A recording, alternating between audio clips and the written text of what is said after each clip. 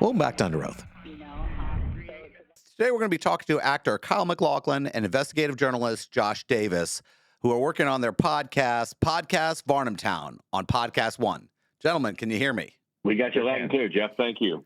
I got to tell you, somebody who spent a lot of time in Medellin, Colombia, and my name's Jeffrey. I can't even use my real name. I have to go as Armando there because El Jefe is still let's just say, a feared name. How did you guys get into this? Well, I dragged Josh into this, actually. Yeah, it's all your fault. And it's all my fault. Yeah, I'd heard this story of a small town in in coastal North Carolina that had done a deal with Pablo Escobar to import. They were in the import business of cocaine and marijuana. And I was so intrigued with this idea that a small town like that could do a deal with Pablo Escobar, and it sounded a little bit far-fetched. I reached out to Joshua and said, "What do you make of this?" And I said he was. I said, this is, not true." Yeah, he didn't believe me at first. And then we started our little process of research, and turns out there was a tremendous amount of activity at that time in that county, Brunswick County. So we decided to go down and investigate ourselves.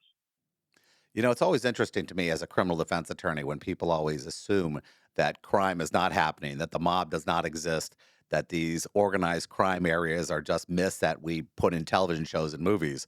But they actually come from real stories. And when you go down there and you're doing interviews, are you like going, wow, this actually did happen? I was surprised to find the depth of activity that we found. We spoke to the lead DEA agent in the area, and he had come from D.C., and he said that in his first year covering the Varnamtown area, he confiscated more drugs in one year than he had confiscated in 7 years in Washington, D.C. So there was something very real happening.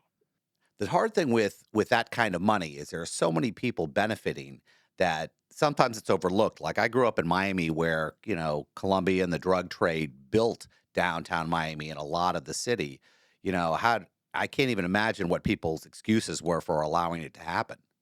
Well, they didn't really have an excuse for them. The shrimping business had fallen on hard times. They were desperate, and this provided a lifeline. The guy who brokered the deal kind of said, "Look, I've got the solution to all your problems, and it's Pablo Escobar." Wow, it's so weird because to get to Colombia, from North Carolina, you have to go around Florida. You can't cross over. Is that the route they took, or was it boats? How did they work it out? Yeah, both. In fact, they would bring these freighters up and down the coast, and they did have to circle Florida. And they're also using planes that would come in. I don't know what the route was necessarily, but they were coming from Colombia, landing on a tiny little dirt airstrip in outside of Varnamtown. And we talk in the podcast about the one plane that they were using, which was the REO Speedwagon plane, the former super band from the 80s. That particular plane, they'd never taken the logo off. And so people thought REO Speedwagon was going to make an appearance in this town. Man, REO Speedwagon is big in Varnamtown. That's what everyone was thinking. Wow, they play here all the time. It's amazing. Just one crazy bit of one story. And the podcast is full of them. Now, Kyle, you're an actor. You've done your body of work is amazing. Do you suddenly just go, I know your father was an attorney. Is that what got you interested in, or have you always been interested in crime drama? I think it's, as an actor, of course, there's a lot of things I've done that have involved me doing. I guess the most known is Twin Peaks, where I play FBI agent Dale Cooper. So I'm investigating what's happening in this small town in the Pacific Northwest in that particular series.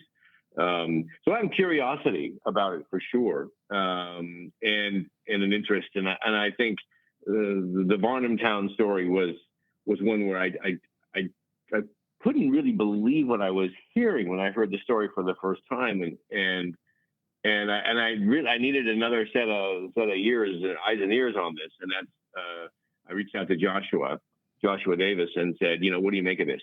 And so that's how it started. I mean, were you guys friends? Did you just happen to read about him? I mean, Joshua has an unbelievable amount of journalism credits. So how does this relationship begin, or was it already on the table?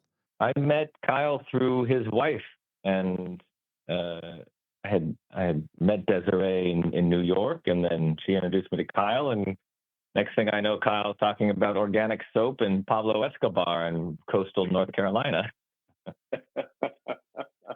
I had to get his attention somehow, Jeff. You know, and the sad thing is, I mean, you've been doing this a long time. I mean, you work for NPR, you work for the New York Times, and I'm not just saying some actor goes, "Hey, listen, I heard this rumor about Pablo Escobar in North Carolina." And you go, "Huh?" Or do you go, "You know what? That sounds like an exciting thing." Or were you like going, "I don't know what we're talking about here." I guess you never know. You never know where a story's going to come from. So I have a pretty open mind about these things. I like listening to people's crazy ideas. Uh, so I guess that's part of the way I view the job. I have to listen to people like Kyle, and half the time he's making stuff up, and half the time it's true, and you kind of have to figure out what's what. In this case, it was true. Now, how much money are we talking about and drugs that flew through this city? I mean, it must have been in the tunes of hundreds of millions. It feels like that. Certainly millions. Certainly millions, enough to buy off the law enforcement structure of the area. That's amazing. So when Pablo goes down, you know, immediately, the finances of the city start getting hurt, people who depended on this. I mean, did it just go away overnight or was it a process? Oh, it was a process. There were a number of a number of people that were affected, of course, and including the sheriffs.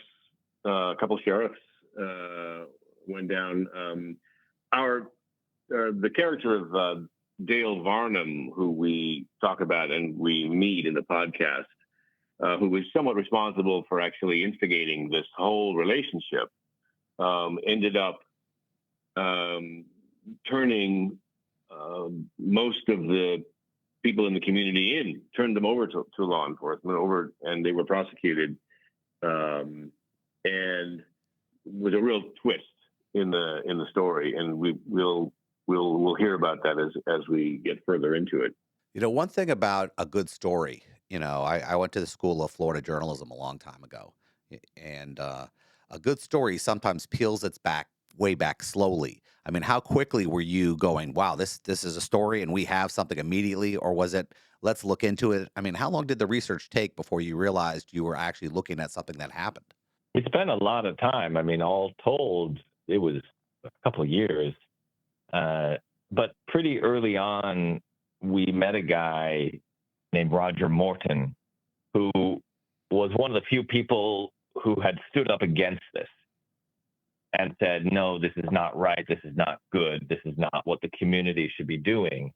And his neighbors were standing there against him, and even members of his own family were against him. And when I heard that, I realized that there was something pretty deep here, almost Shakespearean, families turning against families. North Carolina is a pretty conservative state, very religious, and it seems like that drug dealing and everything else would go against the public persona, but I guess money just changes the way we feel about things. Well, yeah, money and some desperation, I think, as well. The community was on hard times. Shrimping was the main industry, and it was in the mid '80s at that particular time. It was just hard to make a living. And I think in some ways people saw this as an opportunity. I know they saw it as an opportunity, just to survive and to take care of their families. And then, of course, it grew from there. Someone hands you $5,000, $10,000 for a night's worth of work. That's going to change things. That's going to change your life pretty dramatically. Now, you have this great story, and podcast after podcast after podcast. But with all the different between Breaking Bad and Tulsa Town and places like, shows like that, this sounds like it would be the perfect beginning to a very interesting TV show, at least. Really? Yeah. I don't know. I don't know. We've been definitely mining that vein, Jeff, and I think we're looking at opportunities right now to tell this story. Perhaps in a series format, introducing these wonderful characters that we were able to interview, and make them come alive with actors and tell that story. So it's definitely on the radar. When I first read about the story and I first found out I was interviewing you two gentlemen, it was a very funny thing for me because, you put two people from very opposite sides of an industry and you have the entertainment value because journalism always has entertainment value to it. When you guys get together and you go, okay, we're going to do a podcast. I mean, was this something that it was just, we're doing this. It just seems like something we should do. Initially, when Kyle first started talking to me about it, I initially thought maybe it would be a written piece, but then I heard some of the voices, and I was like, "Oh, the way people talk, I won't be able to capture that, the written word." And I said to Kyle, maybe we should go to Varnamtown together and explore this. And it seemed like a kind of a fun idea, at least to me. Maybe Kyle didn't like the idea. No, I completely agree. I think, as you said, when you speak, when I first heard of the story and I met or spoke with Lynd Betts, who was the woman from whom the story sort of came through her and a friend. I learned of this, and I listened to her speak and her tell some of the stories about the people that were down there and described some of, as Josh is saying, about how they spoke. I said, this is something where how great would it be to be able to listen to them actually speak and tell their story, and Josh and I can kind of go on the journey together and figure out what really happened in Varnamtown, and but through the voices of the actual people that were involved in this. Now, you guys are talking, you're interviewing people, you're thinking about this is going to be a process. When you guys finally decide, hey, you know what? We're going across the country. I mean, this sounds like a weird buddy comedy where you guys just hop on a plane and decide we're going to go check out Varnamtown. I mean, was that first trip just like, wow, we're actually doing this? Yeah, Kyle, I think it was. I remember we met in the Wilmington airport, and I was like, whoa, this is real. We're here. Yeah, it was very much that. And Josh, you were coming up, commuting back and forth between Mexico and in North Carolina. That was a crazy thing. And I, not long before that, had finished working down in Australia. So I guess both of us were pretty used to traveling, going on these locations to learn about these stories. And we developed a rapport very quickly in doing the interviews and the experience. And I gotta say, it was really fun. It was a lot of fun.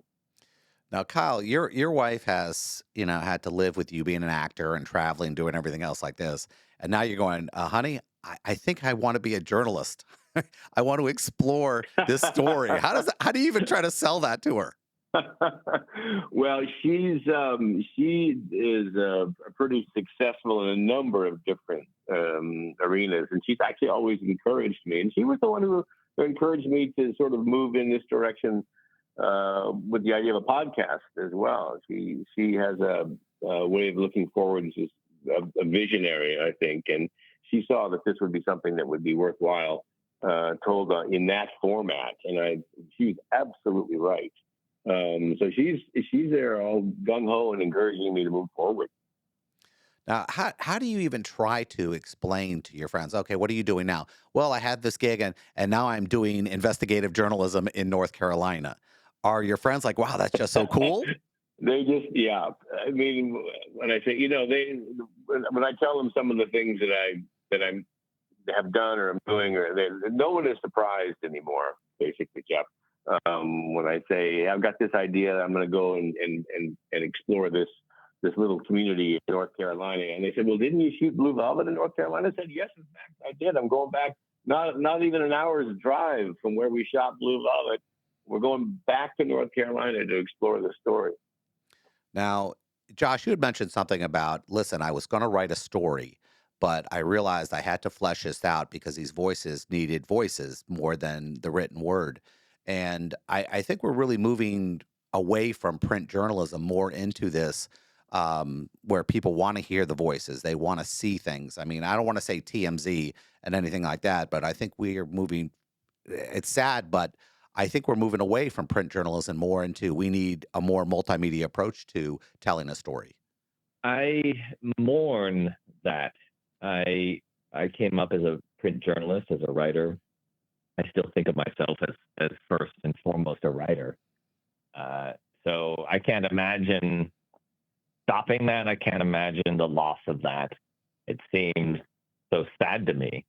So I don't want it to end. At the same time, I think there are different mediums like podcasting or film or TV that tell stories in interesting ways that are well suited to whatever that particular story is. And it seems to me that a story should live in all forms, right? Because there are people who love reading, uh, and people who love listening, and people who love watching. So why not do it all? That's my, that's my attitude, Jeff. Yeah. Yeah, listen, I support that too. I just find out that, people are lazy. They want their information in seconds. They can't sit down. They don't want to read a newspaper anymore. They don't feel this way. Newspapers are going out of business and it's really sad. But at the same time, I think being entertained through journalism and these documentaries and stories rather than just, being glued in front of television, I think that is also, a good thing.